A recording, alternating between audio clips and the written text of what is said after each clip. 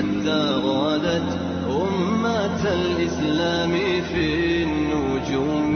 مولاي صل وسلم دائما أبدا على حبيبك خير الخلق كلهم. مولاي صل وسلم دائما أبدا على حبيبك خير الخلق كلهم. رسول الله إمام المرسلين سريت من حرم ليلا إلى حرم كما سرى البدر في تاج من الظلم. سريت من حرم ليلا إلى حرم كما سرى البدر في تاج من الظلم. وبت ترقى إلى أن نلت منزلة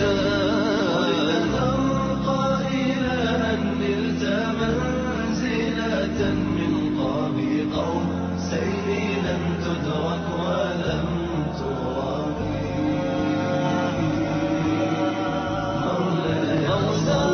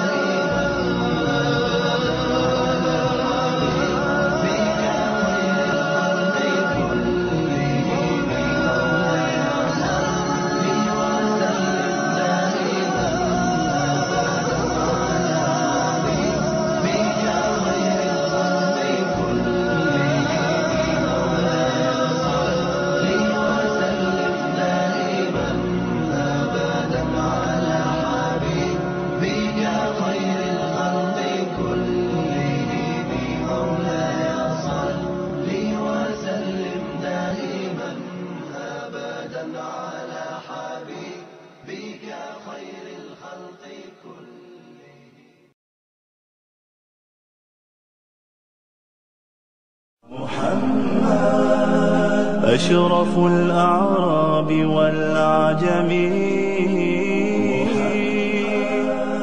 خير من يمشي على قدمه.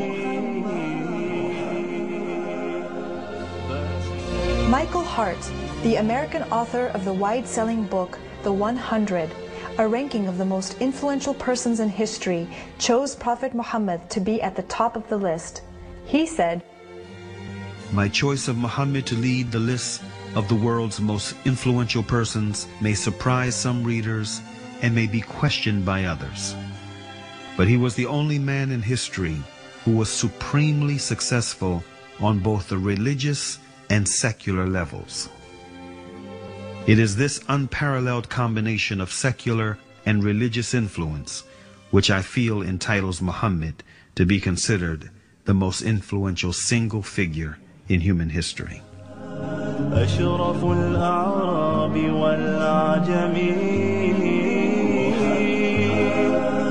خير من يمشي على قدمه. Many international intellectuals were impressed with Prophet Muhammad's personal qualities and expressed it in their writings.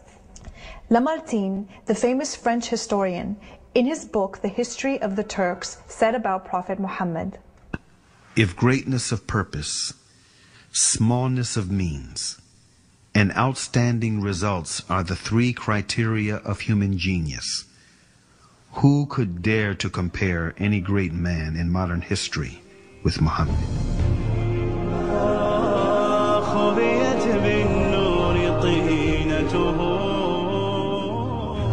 Mahatma Gandhi, the spiritual leader of the Indian independence movement and the pioneer of resistance through mass civil disobedience, said about Prophet Muhammad, peace be upon him, "I became more than convinced that it was not the sword that won a place for Islam in those days in the scheme of life.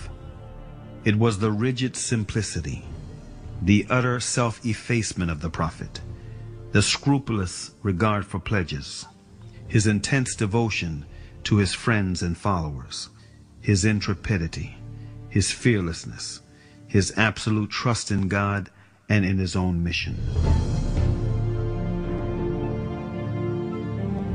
Wolfgang Goethe, one of the key figures of German literature and one of the most famous European poets, who was also a painter, humanist, scientist, and philosopher, said about Prophet Muhammad, "He is a prophet and not a poet, and therefore his Quran is to be seen as a divine law and not as a book of a human being, made for education or entertainment."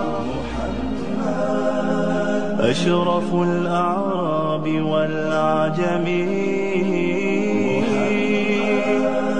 خير من يمشي على قدمه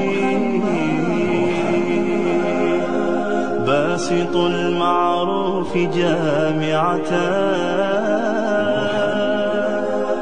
صاحب الإحسان والكرم تاج رسل الله قاطبة صادق الأقوال والكلم